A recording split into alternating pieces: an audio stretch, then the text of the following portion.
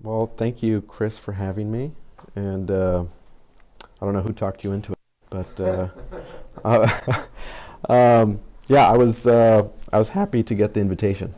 Um, yeah, the drive over here from Bend was nice. Did a lot of thinking. Tried to about what it is I'm going to say, and how to introduce this.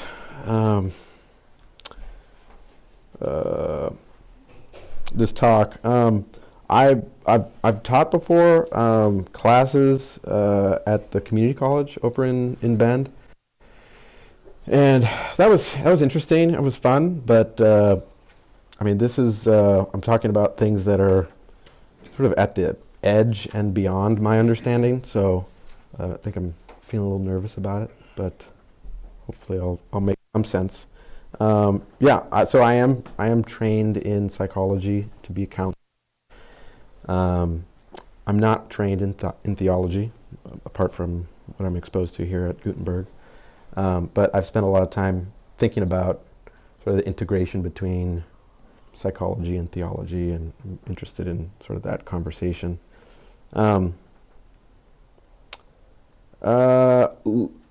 I signed up for Patreon. I guess Gutenberg has this Patreon thing, and I started watching a video of Larry Barber. He starts off with a definition of psychology, and I think I recall him talking about psychology as like the study of human behavior, and I was kind of like, well, yeah, but I think that's true, but I also like the definition of psychology that it's the study of the human mind. I don't know, maybe there's security in the ambiguity of what mind is. Gives me gives me pleasure. So tonight I wanted to talk about psychology and faith, and sort of the psychology of faith, or the psychology of salvation. And this is a very big conversation, and I was hoping that the format would be more of a dialogue. So as I'm talking about things, ideas, experiences, anecdotes, please don't hesitate to raise a hand. I don't know if there's a microphone that's going to be passed around, but So if anybody has a talk, you want to say anything, I'll give you a microphone. yeah.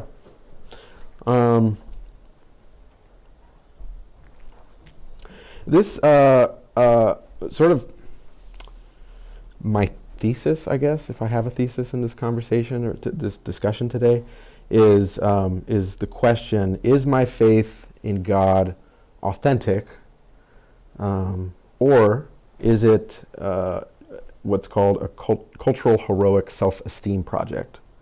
Now, the cultural heroic self-esteem project, like what is what is that? What is and obviously the question that we have to, on some level, give clarity to is also, what is authentic faith? So I think where I'd like to start in trying to address this question is to talk about the cultural heroic self-esteem project first. And I think a good place to start is with a group of psychologists in the 80s who started what's called terror management theory. And basically, in the 80s, there was these, I think, 3 psychologists. I can't remember their names, but you can look it up, Google it. Basically, they were very interested in work by Ernest Becker, who wrote I think Pulitzer for his book, I think in '73, called The Denial of Death. And I think the terror management theorists were wanting to test his ideas, his thesis, in sort of a clinical setting, and to test, like, come up with case studies, do science, right, and test what he's saying. And I remember when I read the book, it's it's the kind of book that, at least I experience when you read, like it just sounds true. It's just as you're reading it, you're like, oh yeah, this is so good, yeah. And I found myself having to like pause and be like, wait a second, aren't I supposed to like question this? And so if you guys have the same experience reading the book, I think he's a lot of fun to read.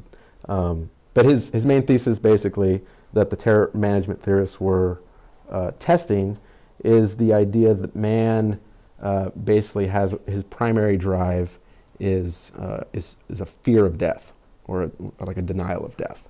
That he's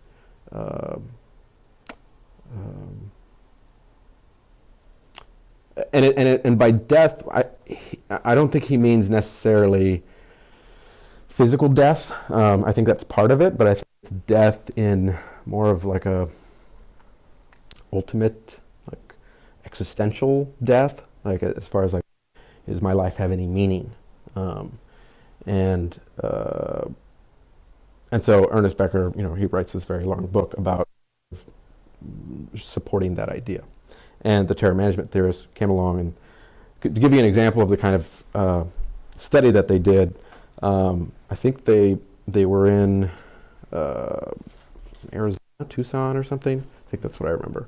And I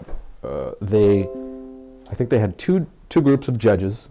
One group of judges, they gave the same case, the same hypothetical case to both groups of judges, and it was about prostitution and what fine or bond or whatever are you supposed to what judgment are you supposed to rain down on this prostitute, right? And one group of judges, before they looked at this case, they were given a questionnaire to meditate or to consider their own death. I don't know the specifics of the questions, but I'm assuming it was like, how would you rather die in an automobile accident, or what would you if you were on your deathbed, what would you want to say to your children? Like, just various questions about their death. And the terror management theorists hypothesized that the judges who were exposed to the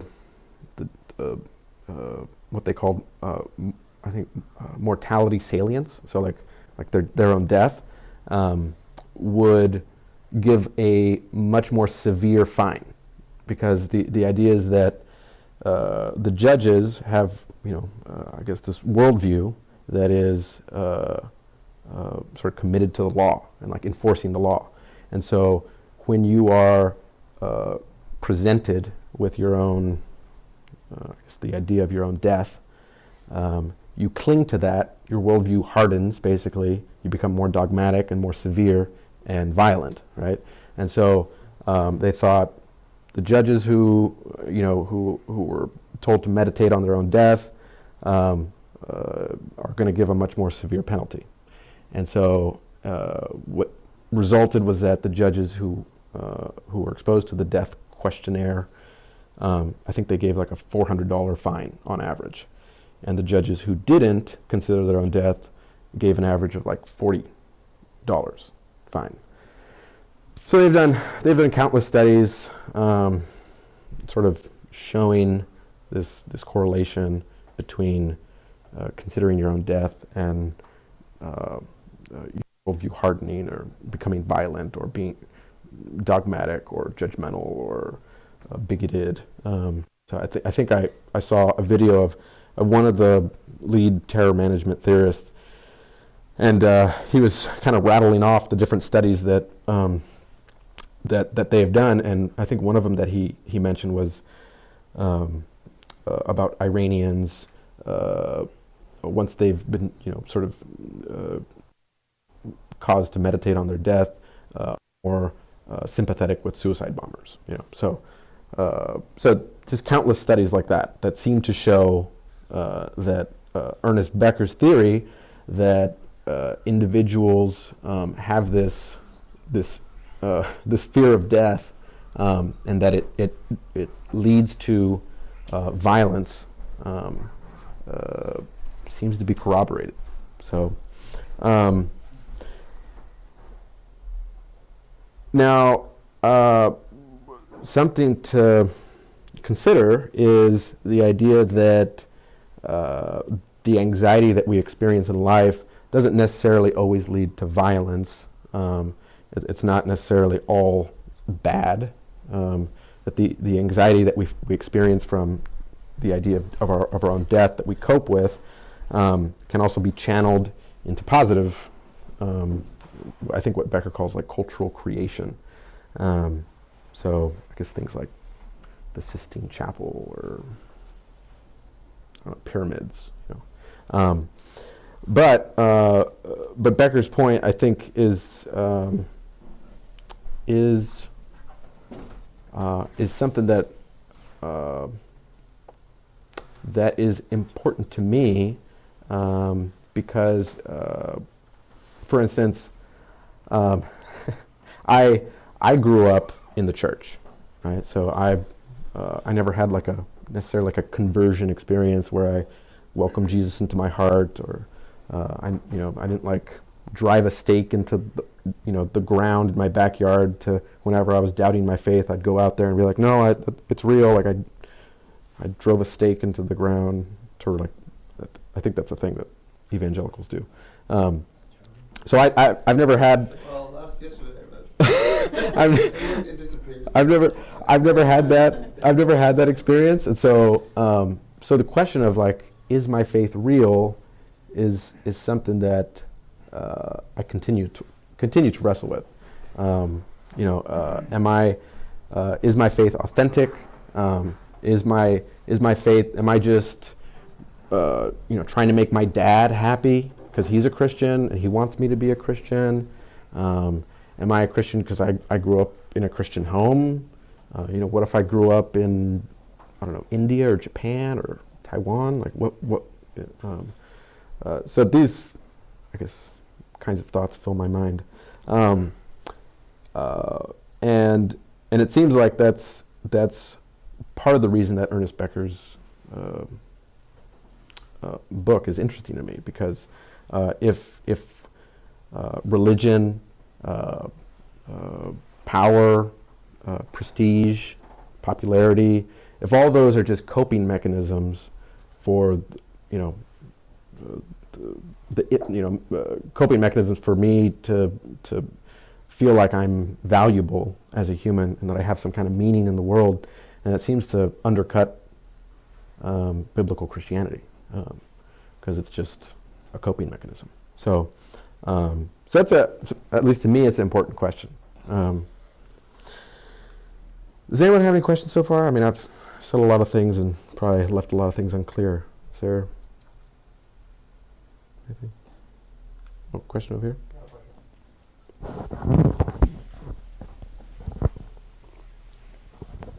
So in the circumstances with the judges, Yeah. That was set up by a group of scientists. Mm-hmm. Okay. And was that kind of a fake case, if that makes any sense? A fake case? Like a hypothetical case? Okay, Yeah. it's hypothetical. Yeah, it was a hypothetical case, but at least in the description, the reason that they gave that hypothetical case was because it's a very common thing, I guess, in Tucson. Oh, okay. Yeah. All right. So it's something that they run into a lot. All right, I think in Tucson. In Tucson. Okay. I've never been there. I think that was just one of my questions, just a factual clarification. Okay.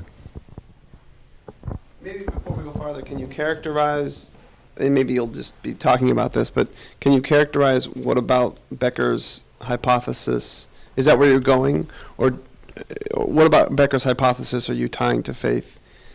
Maybe you could just say it or something. Unless you're going there, then don't spoil the ending. But it's like, but in your initial opening, you kind of brought up Becker, and it seems you're kind of describing a positive about what Becker's work is doing. So can you maybe tie that to something, or are you going to, if you're going to come to that, then I can ask this later. I'm not sure I understand what you're asking. What about, so Becker gets a positive affirmation. You're establishing Becker as this kind of anxiety and this deal with death. Yeah. denial of death, and that's Yeah. that's a positive thing. That's like, yeah, that's right. In the sense that, like, I think he's onto something. Yeah, yeah. Yeah. Okay. Yeah. And the thing that he's onto. Does the thing that he's onto constitute a challenge to to Christianity as a significant alternative, or as some sort of incisive criticism of it? What about it is challenging as opposed to Christianity?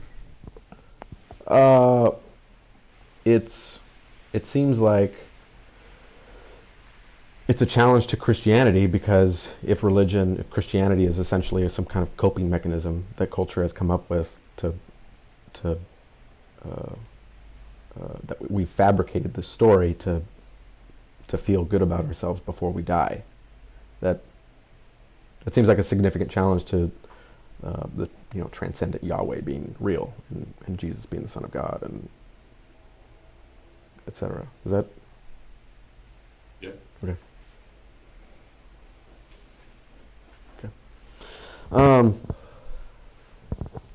So, I was interested, like I said, I was reading his book. It's like, yeah, he's a really good writer. He's really inspiring. I think he's like very critical. I guess I like to read critical writers. And I thought, well, like, what, if any, biblical basis is there for this, right? Like, is there anyone out there who's tried to integrate that into, sort of see the connections between this death anxiety and the coping mechanisms, the cultural heroic self-esteem project, to tie that or see that in Scripture anywhere?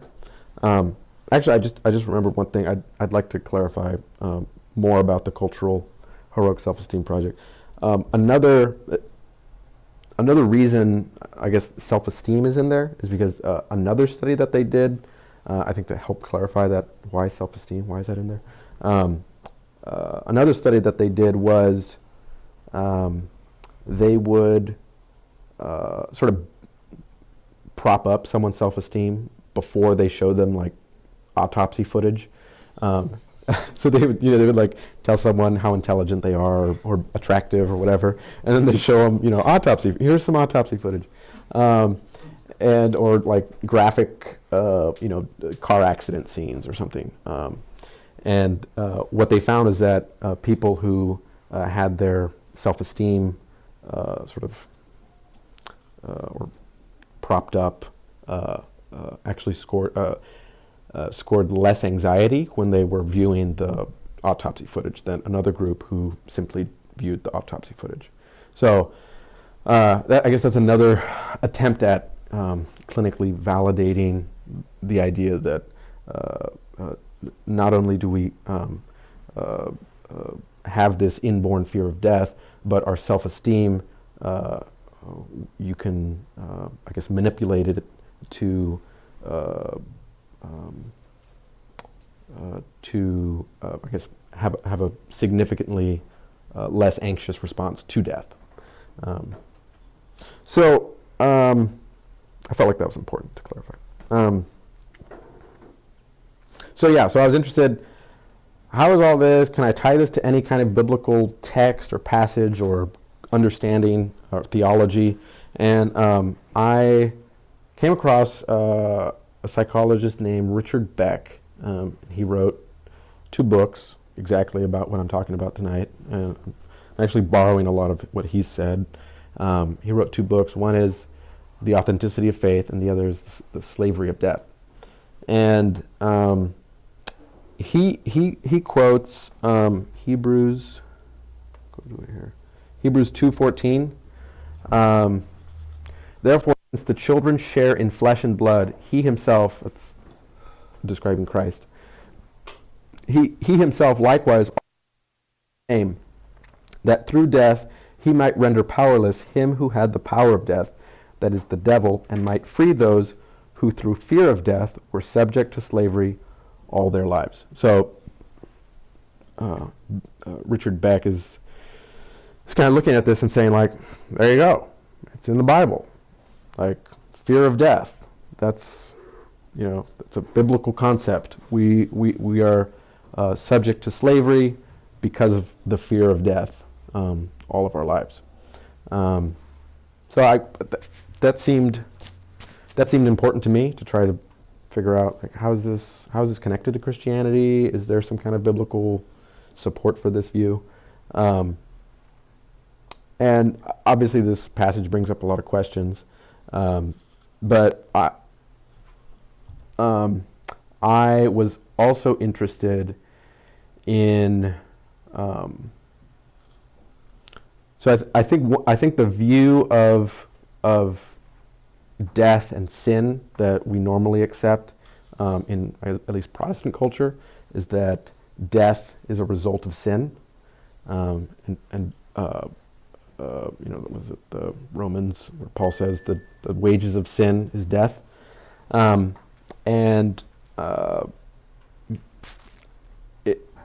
guess I recently was reading Genesis, which completely blew my mind as I was reading it. But there was something that stood out to me that I think is interesting to this conversation.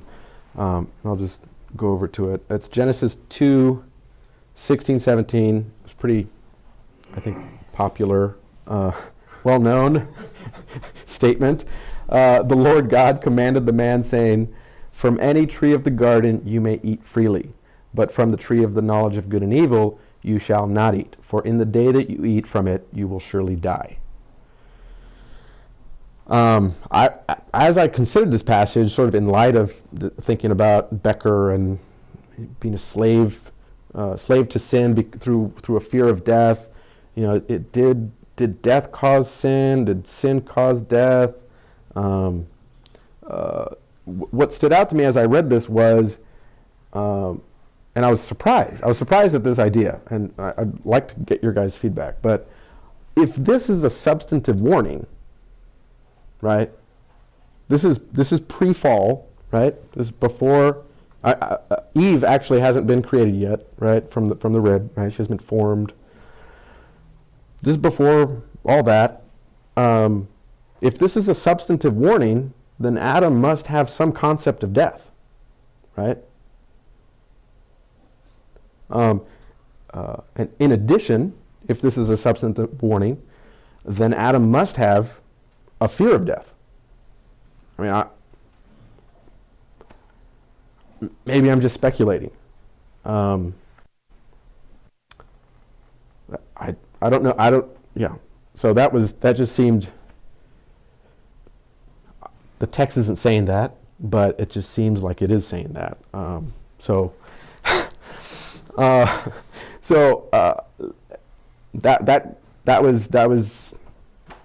That was challenging to me, I guess, or enlightening to me in this conversation about man's fear of death and where does that come from, and is it because of sin that we fear death? Is it because of is sin a result of death? And it seems here like if this is, like I said, a substantive warning, he must have a concept of death. He must fear it already. So, and in addition, he must have some concept of good and evil even before he eats of the fruit, right? I mean, otherwise, how would he know that dying isn't a good thing or a bad thing, right? I mean,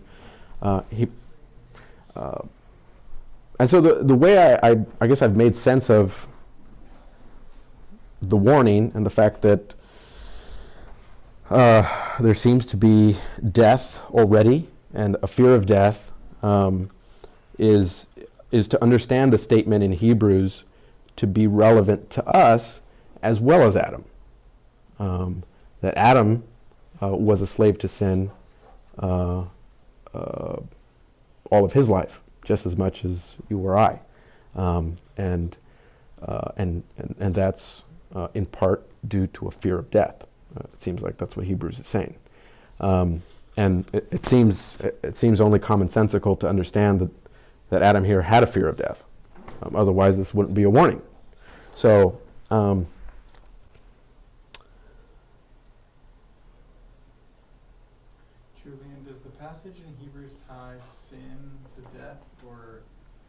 just that the passage in Hebrews ties sin specifically to death? Was it? It's kind of a lengthy passage. I guess I was assuming. Yeah, I'm sorry. Your batteries are almost dead. Oh. Replace batteries real quick. Sure. Sorry. I was just thinking about this passage and whether it was.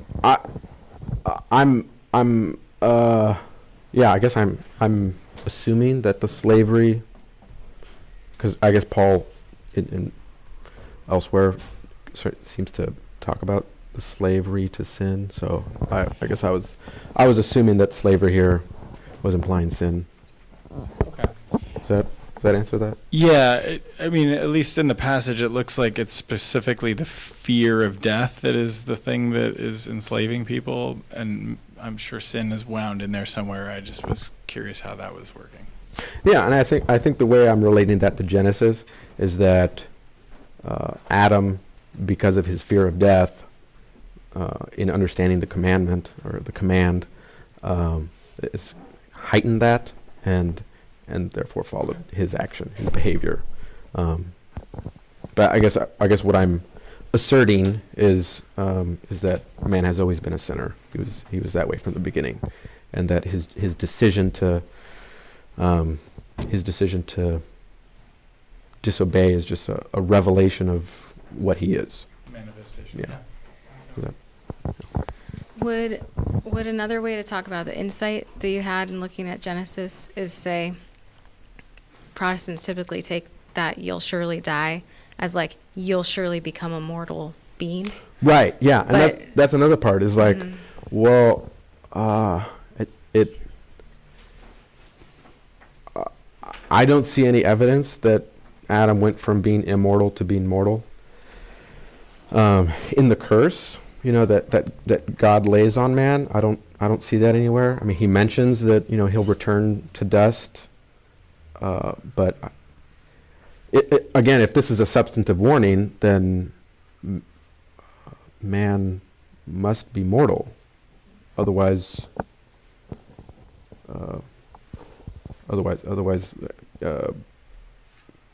Yeah, this wouldn't be a warning. I think that makes a lot of sense, and to kind of corroborate that without making this whole thing about Genesis, Yeah. the line where it says that God formed man from the dust of the ground. I was reading a scholar who is an ancient Near Eastern scholar and student of Genesis, and saying that basically means God made Adam mortal.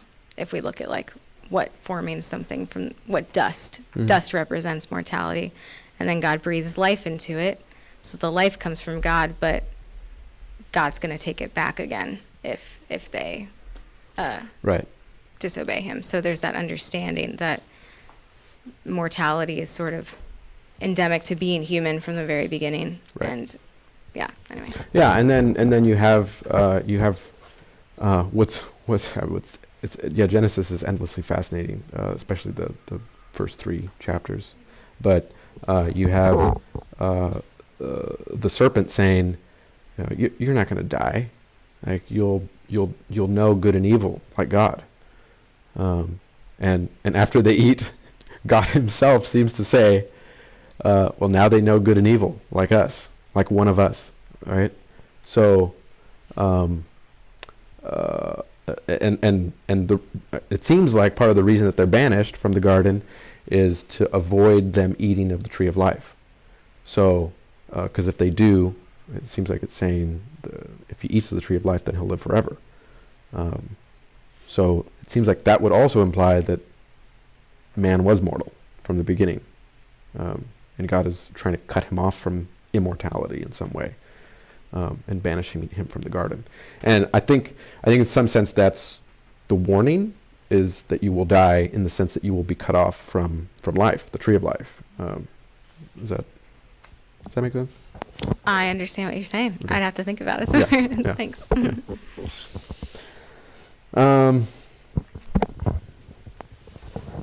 So then, to come back to the question, is my faith in God authentic, or is it a cultural, heroic, self-esteem project? I think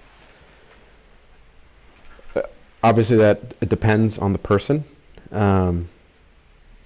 I've considered Abraham, and it seems like is it Hebrews 11 talks about Abraham was saved by faith. I'm assuming that was an authentic faith, not a cultural heroic self-esteem project.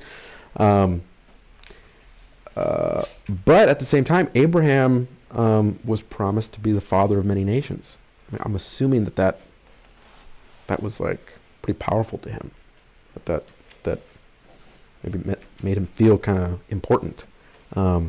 So I guess what I'm saying is that it's not necessarily that your faith is one or the other, right? I think to be human is kind of a complex, complicated thing, and so I think your faith can be authentic, but I think because we are complex creatures that in some sense our faith can also be a cultural heroic self-esteem project, and I say that because I think to bring up another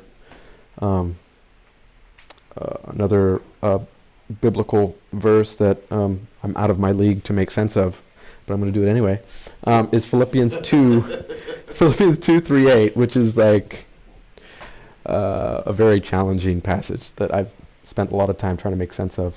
But as much as I'm confused by it and still have a lot of questions, the section where it talks about, let's see, where is it?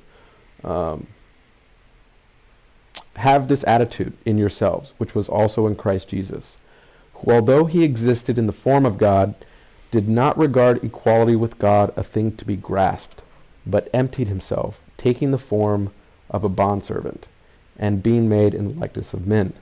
I don't know if anyone can answer this for me, but I have a question. Bondservant, I think that word is slave, but for some reason we translate it bondservant. I don't know why bondservant.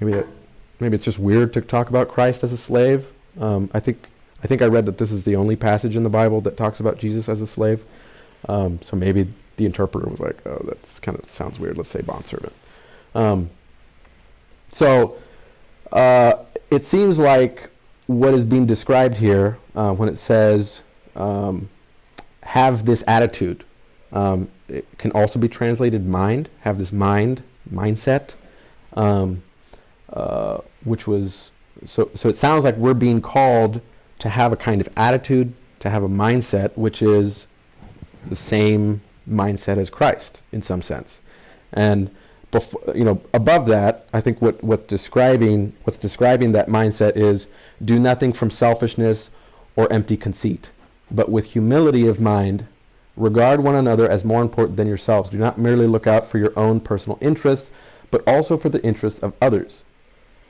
So I think all of that is kind of a description of the kind of mind that Christ had, which seems like it would be very different than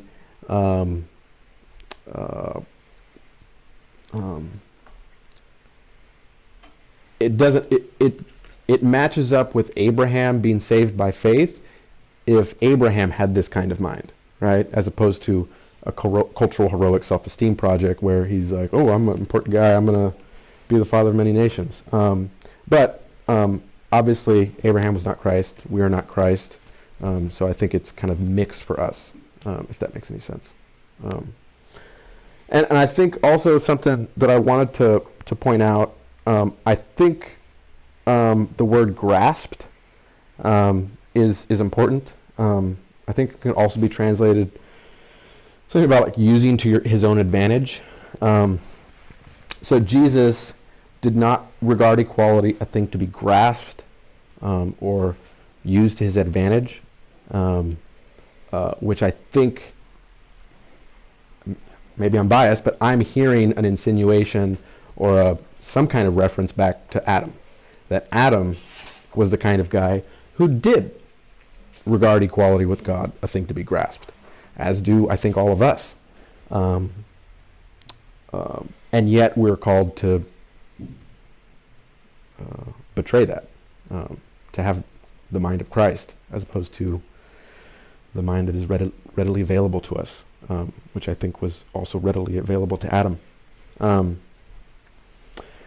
um,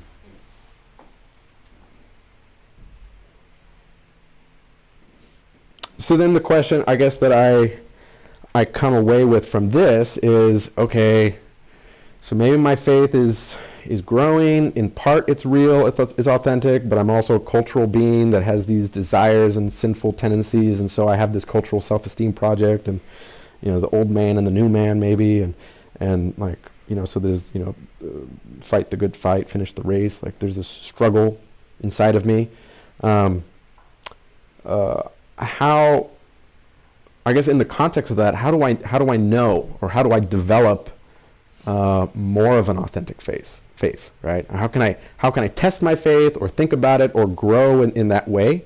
And Richard Beck, the guy I mentioned earlier, gives his first book, The Authenticity of Faith. He prescribes doubt as something to, I guess, a practice that would potentially lead one to have more authentic faith. And I think what he means by doubt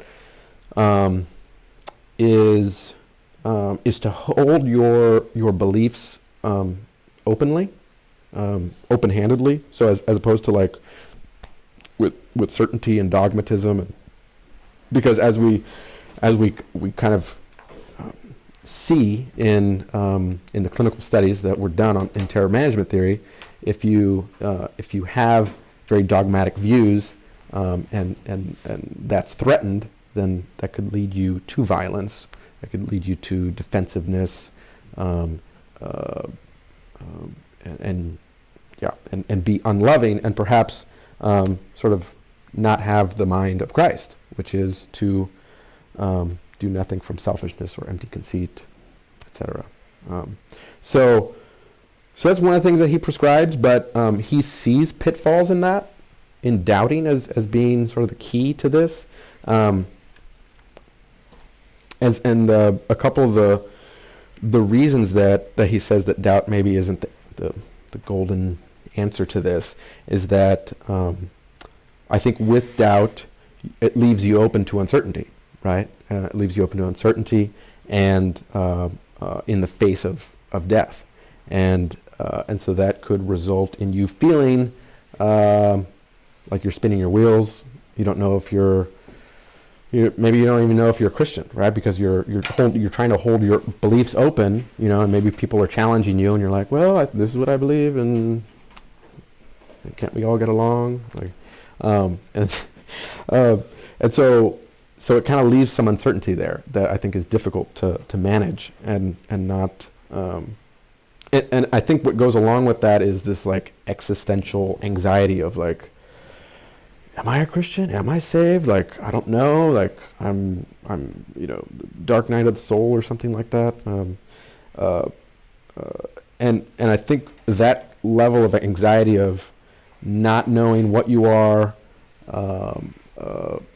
I've seen it, I think, in myself, lead to like depression and unhealthy habits that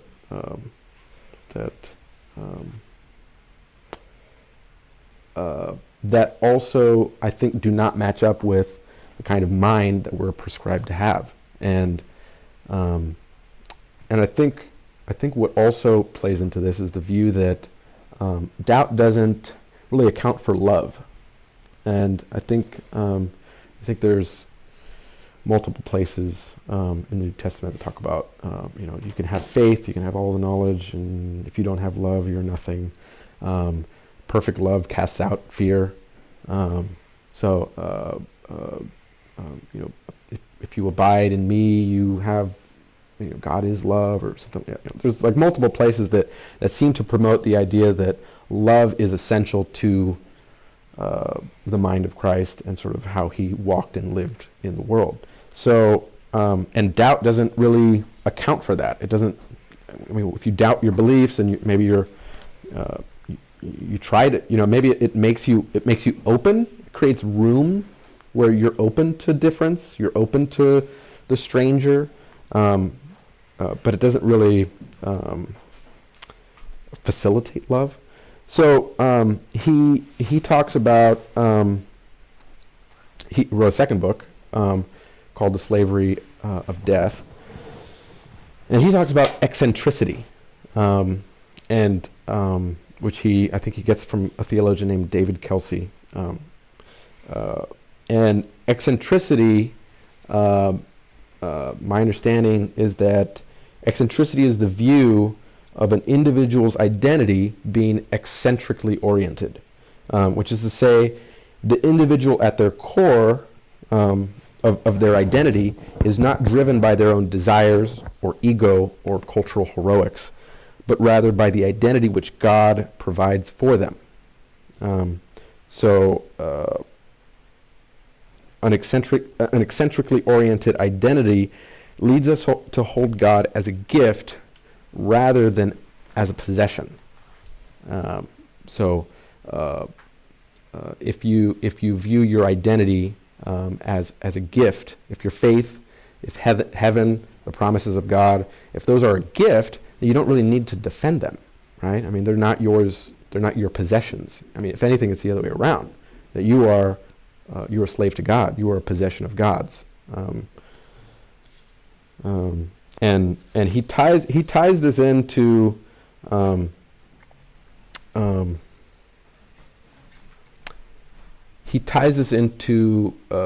of a description of Christ's identity, that Christ didn't. I think we see him multiple times making comments about he doesn't do his own will, but the will of the Father. So it seems like, and also here, I mean, he doesn't regard equality a thing to be grasped. He's not in charge of his identity, right? His identity is secure in the Father, so he doesn't have to protect it. He doesn't have to. It's secure, and yet it's open.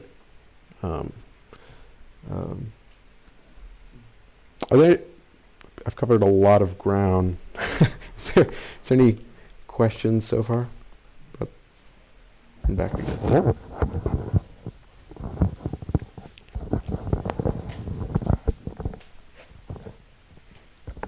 So I hope this isn't too much of a rabbit trail from what you've been saying, but I do have a question for you.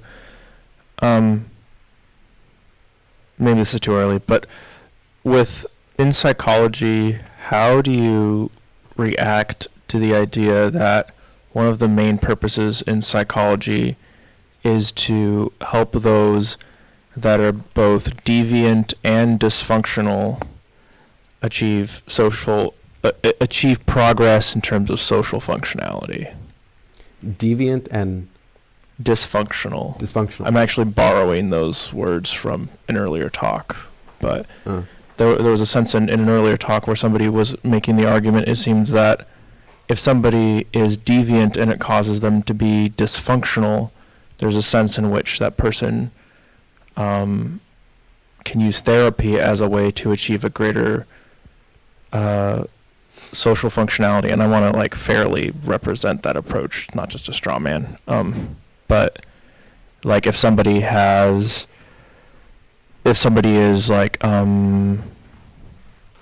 has a type of agoraphobia or something like that, that it seems deviant to the point of being dysfunctional, then a therapist can help them overcome that. And it just seems like the way you're using the word eccentricity, I'm interested if there's any correlation there at all. Oh, I see. Yeah. Well, maybe, yeah. That I will. Yeah. Let me go forward here in an attempt to answer that. So this is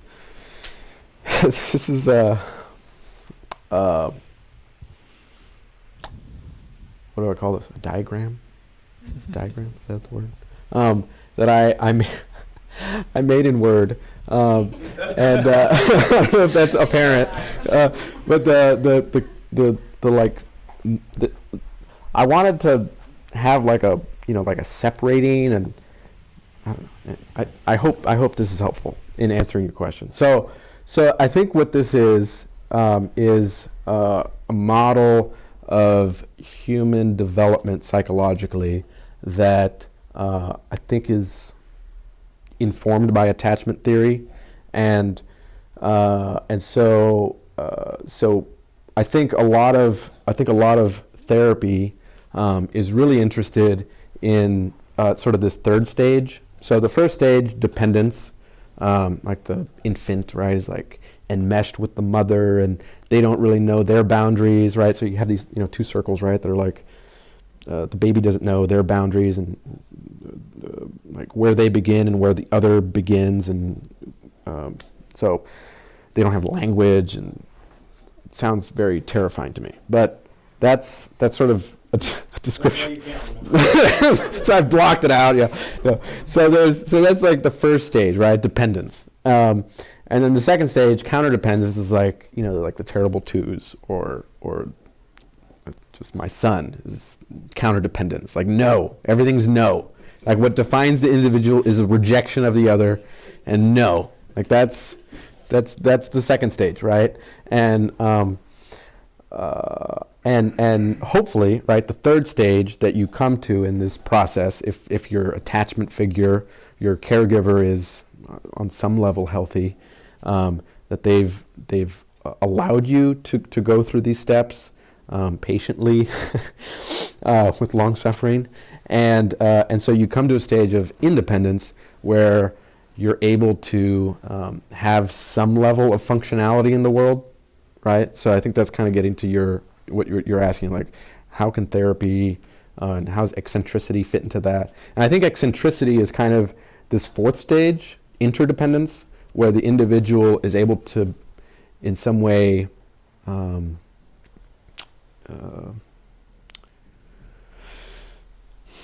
into unity with the other. And I put the language I and thou because I was hoping to have read Martin Buber and contribute something, because I think he fits really well into this conversation.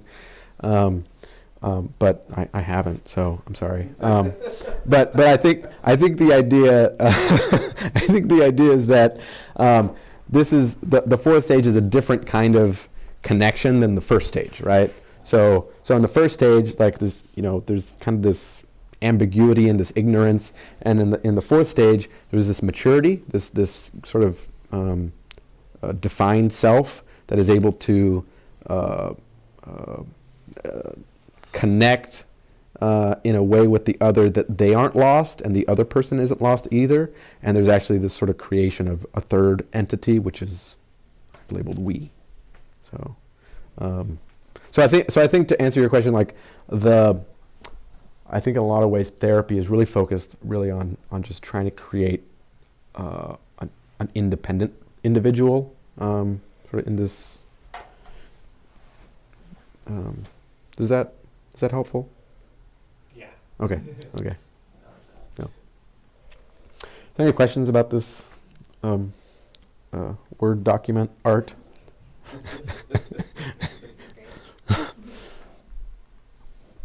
No.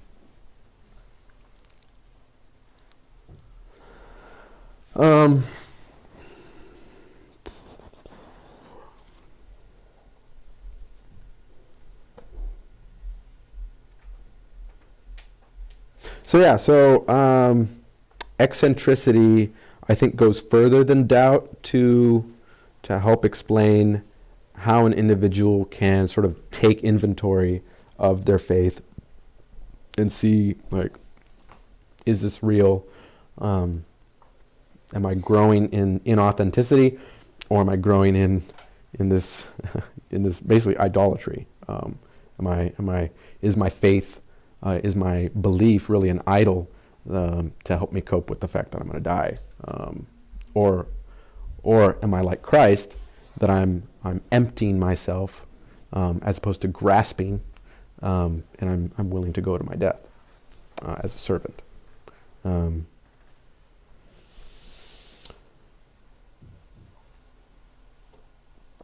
You used authenticity there, and after you used eccentricity. Did you mean to do that? Yeah, I think so. Yeah. I don't know if they're the same. Yeah.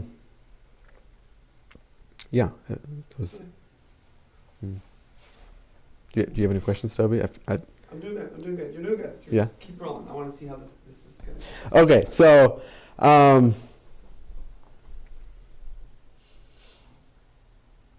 so Christ's identity was a gift. It wasn't a possession. Our faith, if it's authentic, is a gift. It's not a possession. It's not something that you necessarily have to defend or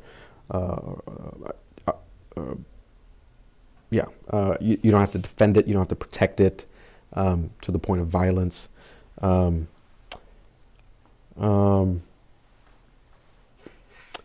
And I felt like as I was considering these concepts, something that was helpful to me, which I'm a weird person, so I don't know if it's gonna help clarify any of this or just complicate it more. Was the myth of the Fisher King. I feel like it captures a lot of what I've said before, but in a narrative that is, I guess, compelling to me. And so I wanted to show you. Oh, it's really small. Sorry. I wanted to show you actually this is just the text, the script. This is exactly a copy and paste of the script from Terry Gilliam's movie, The Fisher King, where Robin Williams is like, he's like lying in the Central Park or something, and he's talking to the other guy with, I can't remember the actor's name right now. So, what? Jeff Daniels? Yep. No, it's not Jeff Daniels. Gary Sinise. No, it's a joke. So I just wanted to read it, and I think something to keep in mind is that I think what's important is that the Fisher King myth, to make sense of it, you have to see the different parts of the story as symbolic of different parts of the person. Yeah. So maybe we can talk about it and clarify what I mean by that. So the story of the Fisher King begins when the king is a boy, having to spend the night alone in the forest to prove his courage so he can become king. And while he's spending the night alone, he's visited by a sacred vision. Out of the fire appears the Holy Grail, the symbol of God's divine grace. And a voice said to the boy, "You shall be keeper of the Grail, so that it may heal the hearts of men." But the boy was blinded by greater visions of a life of power, glory, and beauty. And in this state of radical amazement, he felt for a brief moment not like a boy, but invincible, like God. So he reached in the fire to take this grail, and the grail vanished, leaving him with his hand in the fire to be terribly wounded. Now as this boy grew older, his wound grew deeper, until one day life for him lost its reason. He had no faith in any man, not even himself. He couldn't love or feel love. He was sick with experience. He began to die. One day a fool wandered into the castle and found the king alone. Now being a fool, he was simple-minded. He didn't see a king. He only saw a man alone and in pain. And he asked the king, "What ails you, friend?" The king replied, "I'm thirsty. I need some water to cool my throat." So the fool took a cup from beside his bed, filled it with water, and handed it to the king. As the king began to drink, he realized his wound was healed. He looked in his hands, and there was the Holy Grail, that which he had sought all of his life. He turned to the fool and said with amazement, "How could you find that which my brightest and bravest could not?" The fool replied, "I don't know. I only knew that you were thirsty." So, I mean, we could spend a lot of time trying to make sense of this myth and how does this fit in, every piece of it, and I think in a lot of ways it matches up to some of what I hope that I've said about Adam in the garden, sort of having this identity of grasping, which is in contradistinction to Christ, and here the Fisher King, right, which is I think symbolic of that part of ourself is kind of blinded by feelings and ideas of glory, right? That that we can make our mark on the world, right? That we're going to be important, that we're going to have power or majesty, and which is the exact opposite of I think what the vision is trying to communicate to him, right? The Holy Grail, I think it's described as a symbol of God's divine grace, and here man is trying to twist it into something for his own benefit, his own advantage. And so he's wounded, and so the idea is that this is descriptive of man, that we are wounded creatures by our own hand in some way, and we continue in that way, grasping for the Holy Grail, right? I mean, the Fisher King, right? He's like, he has all these knights, and he's sending them out to, this quest for the Holy Grail, right? And it seems valuable that the only way that he discovers the Grail is symbolized by the fool who's not interested in grasping, right? His identity is not committed to his own advantage. I mean, he's a fool, right? He simply is offering it as a gift to the king, and he doesn't even know that it's king. It's just some guy who's thirsty or in pain. So I think that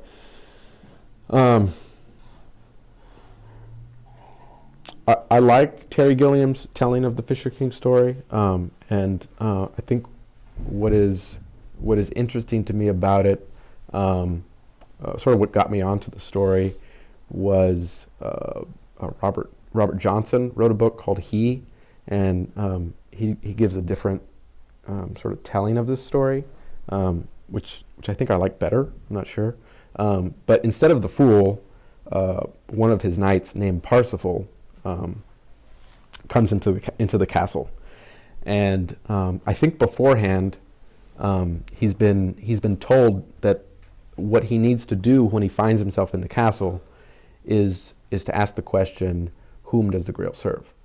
And so after many years of wandering, he finds himself back in the castle, and the king is with his wound, he's suffering, and Parsifal asks this question, which is almost it's foolish. It's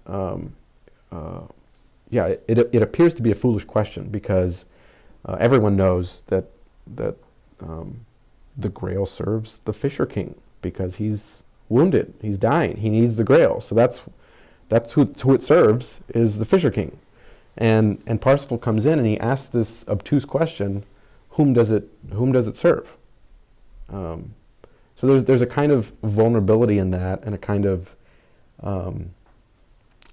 curiosity to that, and an openness to discovering the purpose of this scene, and like, why are things this way? And in Johnson's retelling of the story, after he asks the question, the Grail somehow magically appears. The Fisher King drinks from the Grail, and he's healed, but he's actually healed only to die. And the Grail King somehow emerges in the scene and takes his rightful place at the throne, because the answer to the question, whom does the Grail serve, is the Grail King, not the Fisher King. And I think that's the kind, I think the story is getting at this kind of eccentricity that Richard Beck is talking about, that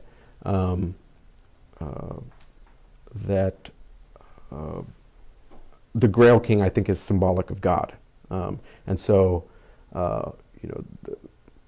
the question, whom does the Grail serve, I think reworded could be, who do I serve? What is the purpose of my life?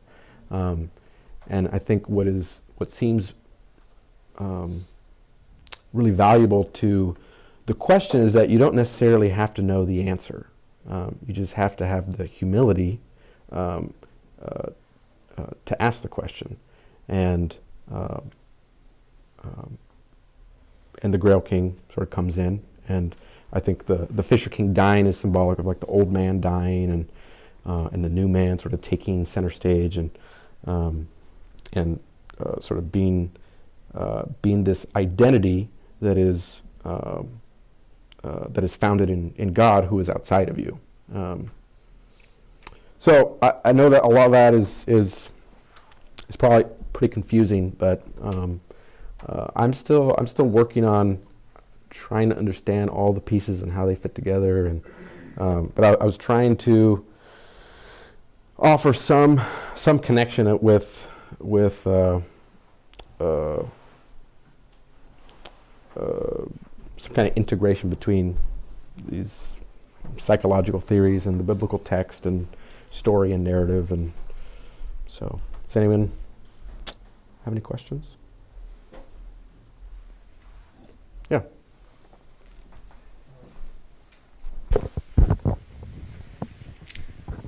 So here's what I hear you saying. Yeah. Or maybe this is just where my mind goes and you're not saying, but I wrote it down. It's especially when you brought up the idea of eccentricity. This is what I thought of. You can be a slave to yourself, which is another way you could say that is you're your own God. Like, I'm my own master, I'm my own God, I'm what makes my life go. So I serve myself. I'm a slave to myself, which essentially means that I'm a slave to death, because I'm a mortal being and I'm not going to last. So whatever service I give myself ultimately is going to come to nothing because I die. And that might be another way of talking. Like, that's where that fear of death comes in, is like the suspicion that that's actually true, that, you know, that this is all going to come to nothing. But how do I get out of that? Because I want to keep serving myself and kind of cling to maybe like that being indeed the case, that there might be something more there. Or there's this other side, which would be where the eccentricity comes in, where I don't make myself the center. I serve, I'm God's slave or God's servant, and which would mean that God is God and the one that makes the meaning come and everything go. And so that would mean that I'm a slave to life, because I serve the one from whom life comes. It's not coming from me. I'm not serving my mortal self. I'm serving the God who's the creator and the giver of life, or something. Is that kind of? Yeah. Is that? I think am I so. hearing you? I think so. I think makes. And so then I can receive life, the life that I'm like looking for, that I can't kind of give myself if I serve myself. Right. But I can achieve, not achieve, but like be given, receive is the word that I'm looking for. Yeah. Okay, thanks. Yeah.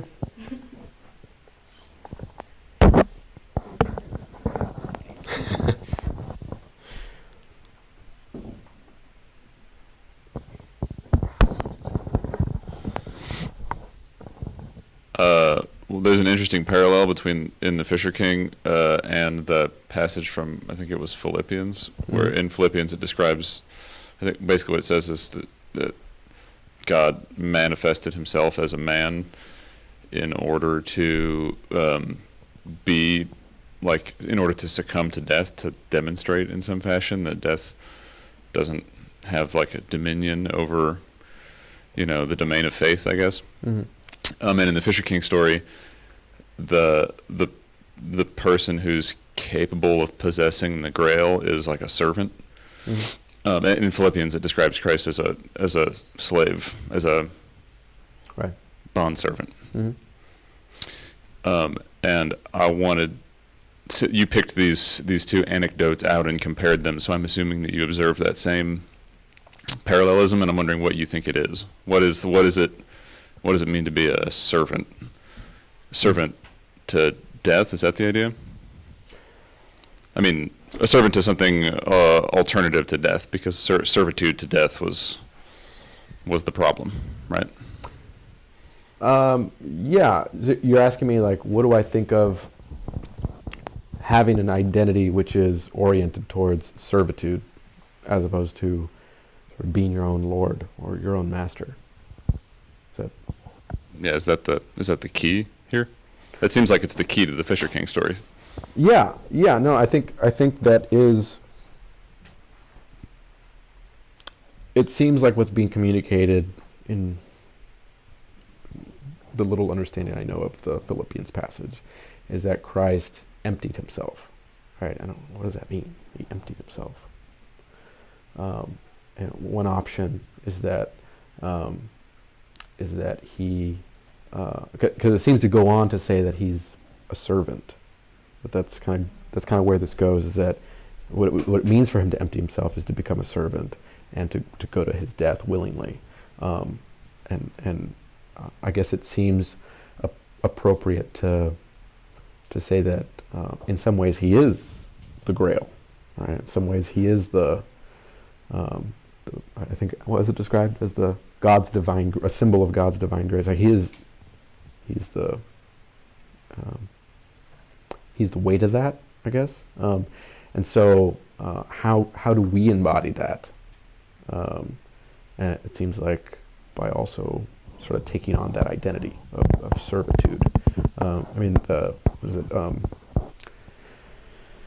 Is it in Ephesians where Paul says, make it your life's ambition to live a quiet life. Right. I don't know. That seems very different than I think what it seems like our culture promotes, and the will to power. But I think that sort of this bizarre diagram here that I came up with. It seems like perhaps, and this is something I've been sort of entertaining, is like this path, right? This path from dependence to interdependence. If this is some kind of model for not just attachment, but to like a caregiver, but attachment to God, then perhaps for some, right, that part of the journey is to express the will to power, is to be counterdependent, which is to become a person on your own to whatever degree we can. So maybe one way to think about it is in the Genesis narrative where Adam, they see that they're naked and they string together some fig leaves to hide themselves. One way to understand that is that they're trying to cope with the weight of their decision, that they've sort of realized who they are and sort of the responsibility that they've sort of foolishly entered into,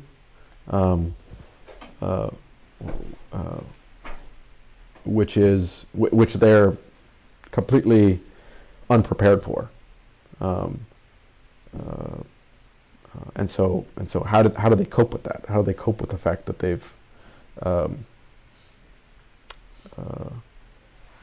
they've rejected God's command? I guess the way I make sense of that is that they are trying to narrow their view of existence, and so how do they let's hide ourselves so I don't have to deal with all of this life.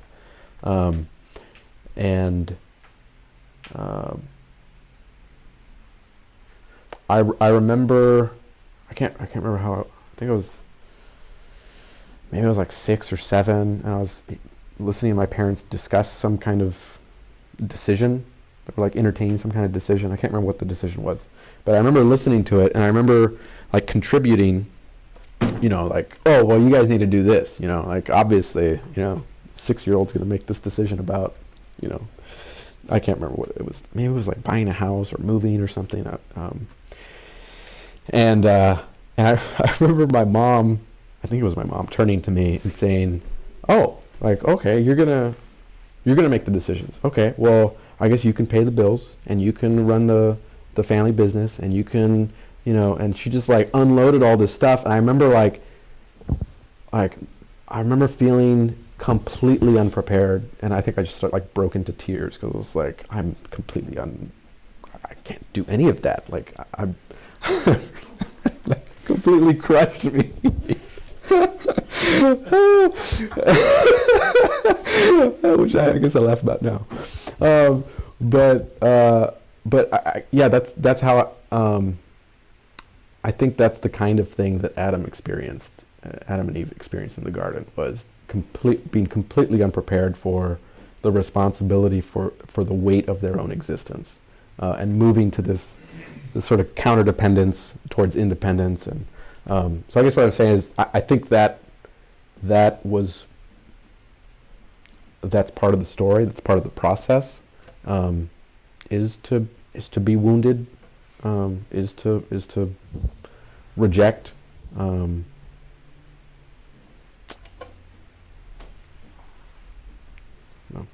Does that make sense? It's to fall before you can fly or something. Yeah, that makes sense. Huh. Yeah. Did I get away from your initial? You did. question? You transitioned into a parallel track to a different. But do you want to attempt to summarize the connection between the necessity of like being split from God before you can find interdependence with Him? How that relates to the servitude of Christ, and Right. the servitude of the Fisher King. Yeah. So I guess where I was going was that it seems like part of the process to becoming a servant is to rebel, like the prodigal son, to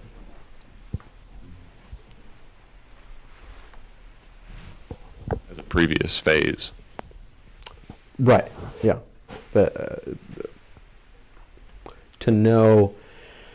perhaps to know love as love being the thing that sustains you as your identity as a servant. To know that you have to also know like the gravity of your like complete worthlessness and how you've betrayed this like gracious father.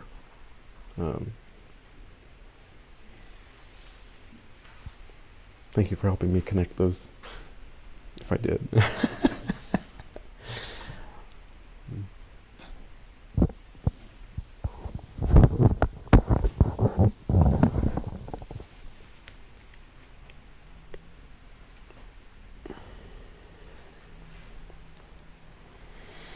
It doesn't make it easy that the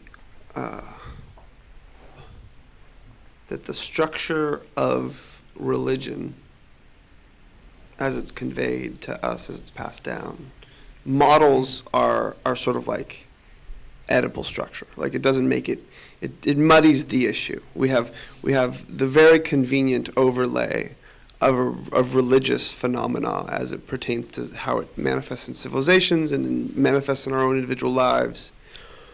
And it doesn't make it easy that it looks really, really similar, has a lot of shared similarities, a lot of shared moments to how we experience familial relationships, like relationship to our Father, relationship to God. These sort of annoying parallels that seem to make the psychological data really, really hard to decipher and make distinctions in. So I'm giving you your Word document. I think it's the best diagram I've ever seen in my life. I think you have won diagrams. So also, this isn't my. But you made it from scratch. I did make it's it. a really great but diagram. it's from some, I feel sad for the people not here in this room who can't see the diagram. Establishing that. You think purple would have been a little... No. I think he nailed that diagram. so? I feel closer to my goal because of that diagram. No, and I'm not being sarcastic because I like your diagram. I think it's good. You don't need to be worried about it. So we have this really interesting religious dynamic, which is like how religion is made and what our mythologies mean, and you bring up verses like in a way of like kind of being sheepish about them, but you still want us to read them, so you obviously cared about them enough to privilege them. And then you have this like psycho-emotional reality that we're existing in, and you're kind of vacillating between these two, and you're using narrative as a kind of key teaching heuristic. You're saying, like, there's this Fisher King narrative and there's the other narratives.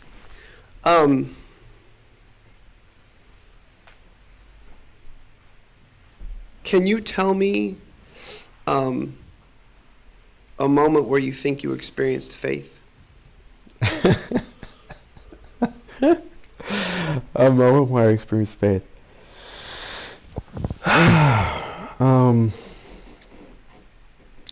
And by faith you mean like this eccentric identity, love. As opposed to the false faith Yeah, of religion. yeah. See what I did there? I was tricky there. Yeah. Give me the eccentric one. Yeah.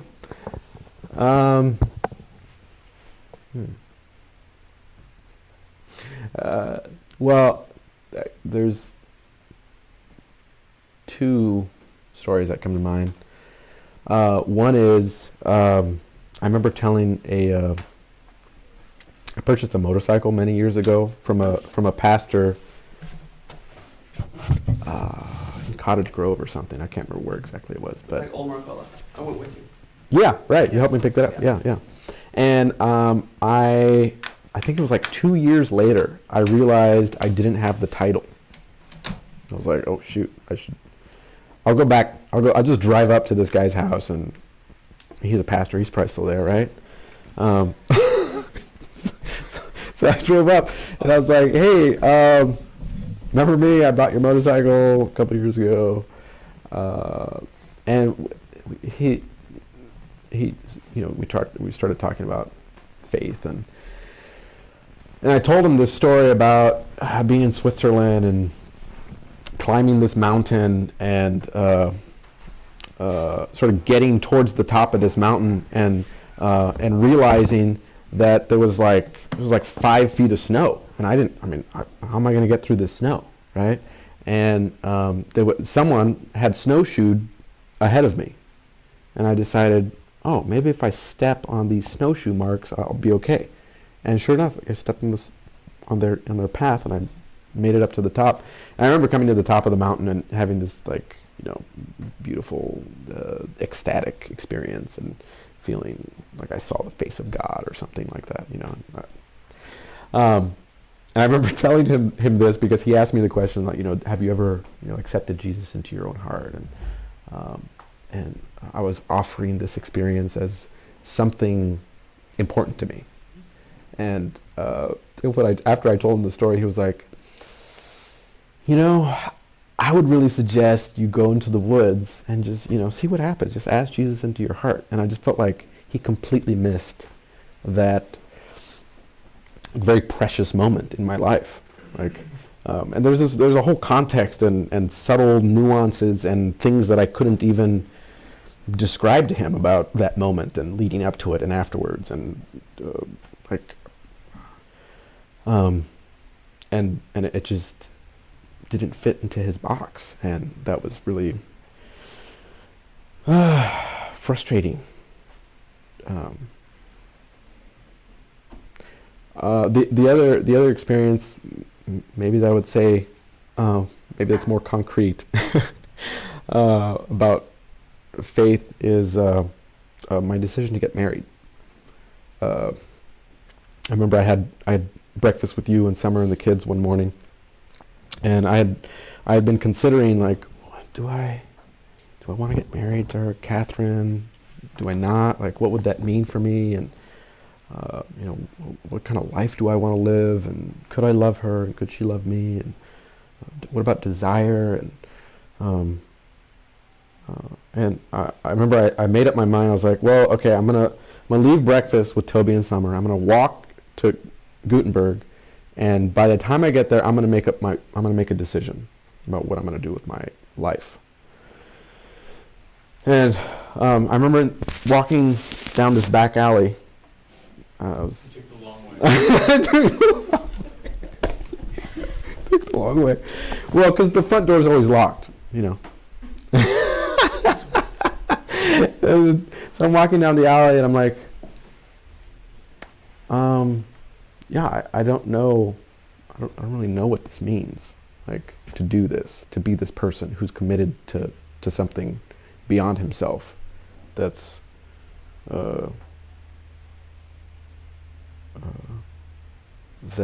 it's not about me. At least at the time, it felt like I wasn't trying to grasp or use something to my own advantage. I felt like I was trying to be the kind of person that I wanted to be, and that wasn't something that I felt like came from me. It felt like it came from somewhere outside of me that I was trying to honor in some way.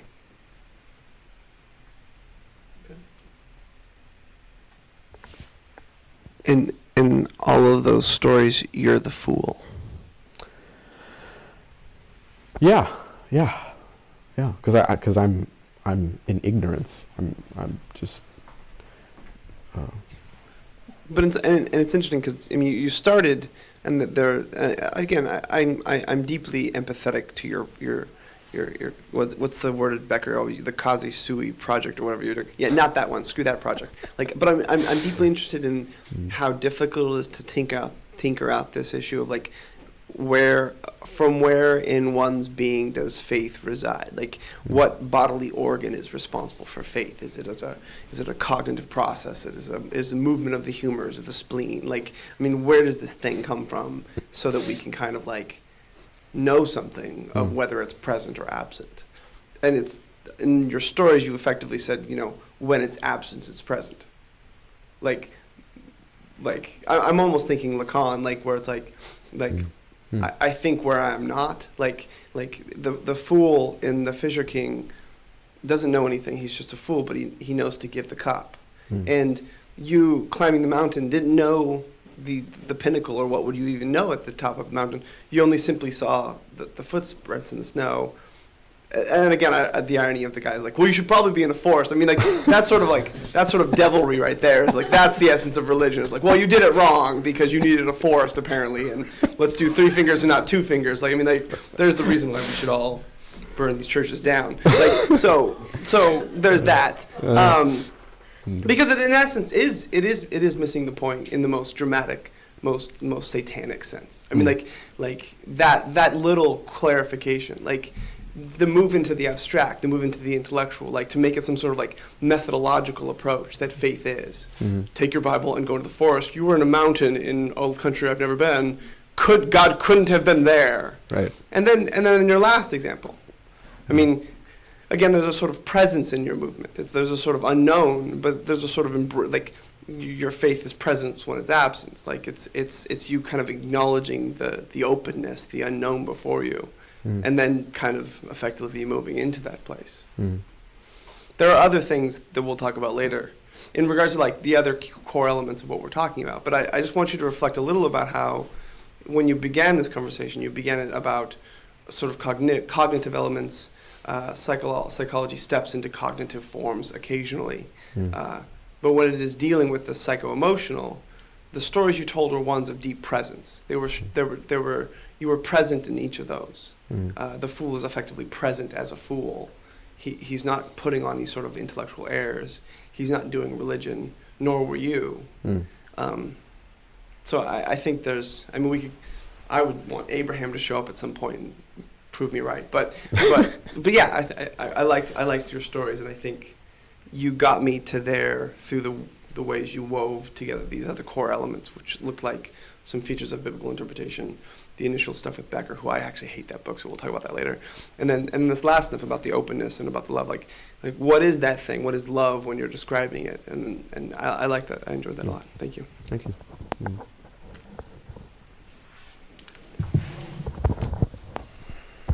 Thanks very much, Julian. I thought that was great. I think that, in responding to kind of some of the things that you said, especially the second decision that you were making with regard to Catherine, and the question that you were raising at the beginning about the nature of religion, or the nature of whether we are simply sort of deceiving ourselves out of a desire for comfort, or a desire or out of fear or something like that, or whether we do have an authentic faith or something like that. I can't help but sort of put it into my own box, which is sort of an epistemological framework for how I think about these sorts of things. And I don't know whether this fits with the way you're thinking about it, but I kind of feel like that there's sort of two different ways that we know things or believe things, and the one of them is sort of on a external, articulated way, that here's the words that I say, here's the things that I say to people. I'm a Christian. I think that you need to go into the woods and have a personal relationship with Jesus, or you know, these things. If I do religion the right way, then everybody in my church is going to approve of me, sort of like in Denmark in Kierkegaard's time, or something along those lines. There's a lot of different ways. The Pharisees, for instance, is another example. I'm going to say these words, it will rebound upon me, and I will look good in the eyes of men, that kind of a thing. So there's a lot of things that we might say that are religious in nature, and that is saying that I am a person of faith. And then there is sort of the internal self, which is one's tacit knowledge, one's set of beliefs that are embedded in oneself that result in action. They don't necessarily correspond to the words we say. Sometimes they do really closely correspond to the words that we say, but a lot of times they don't. We'll say one set of words, but in fact our deeply held core beliefs of how we behave and act are really different. And it seems to me that the key feature for making the distinction between those two is when we suffer. It's at the point of suffering that you get the opportunity to reveal to yourself, where do I stand in this? Because if I am going to suffer for the words that I say, but my heart is not really there, then I'm probably going to go with my heart. Because when the rubber hits the road and I am suffering, then I am going to go where my internal beliefs, my real core values and dispositions, what my will really wants, that kind of a thing. So it seems like it's suffering or difficulties or hardships, and that's where you can kind of see the direction that a person's life has gone, in my opinion. I think The Great Divorce of C.S. Lewis is a really interesting distinction there. In the case of suffering or difficulty, if one goes towards trying to desire comfort or self-aggrandizement or pursuing sort of religious activities for the sake of oneself, then that is revealing one aspect of you. But if in the process of suffering or something, one can hold on to the fact that, no, I need to obey God, I need to trust Him, I need to do what He told me to do, to love others as Christ loved others, obey His commandments and things of that sort. That then indicates that one is a child of God, for instance, or that faith is authentic in the way that you were talking about it. And sort of to bring it back to Abraham, I mean, it seems like I don't know. I mean, I'm no great scholar here, but as I read that story, the thing that struck me the most about that story was Abraham was given this promise, and time again he was given an opportunity to trust God with that promise, and time again he goes, well, yeah, but we're gonna have a child with somebody else, or yeah, we're gonna hedge our bets by giving Sarah over to the Pharaoh, or we're not gonna do what we're supposed to do, or we're not really trusting God. And it wasn't until he got right down to this last spot where God says, the promise I made to you was lots of descendants. I want you to kill your only child. And so Abraham was faced with this decision: do I trust God? Do I really trust God? And his action, it was the action that finally revealed to him and to God, I think. I mean, God knew. And Abraham's action revealed to himself that, yes, I really trust God. I know that He is the one I don't know how He's going to do it, but He's going to be the one that's going to show, He's going to give me the promises that I want, the things that I desire, the things that He's promised to me, even though it doesn't seem like this is going to be the right way to do it. So there's a sense in which it was at that point that he had to make a decision in this very, very critical decision. And when he did, that was credited to him as righteousness. That was what it meant to be a child of God, because his inner heart, he finally had come to where he trusted God. I don't know if that makes any sense in the way that you were thinking about things, but that's kind of how I put all that together within that epistemological framework of sort of the inner core, sometimes inarticulated beliefs, as opposed to what we say outside, which may or may not agree. I don't know. I don't know if you have any thoughts or comments on that. Yeah. Well, I remember. I was probably totally small. I remember.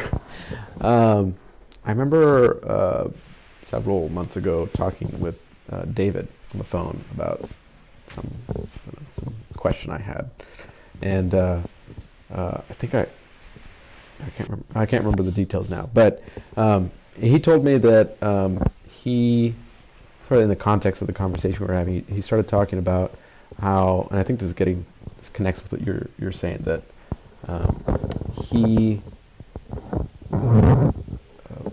prays that God will sort of break anything, whatever is in the way.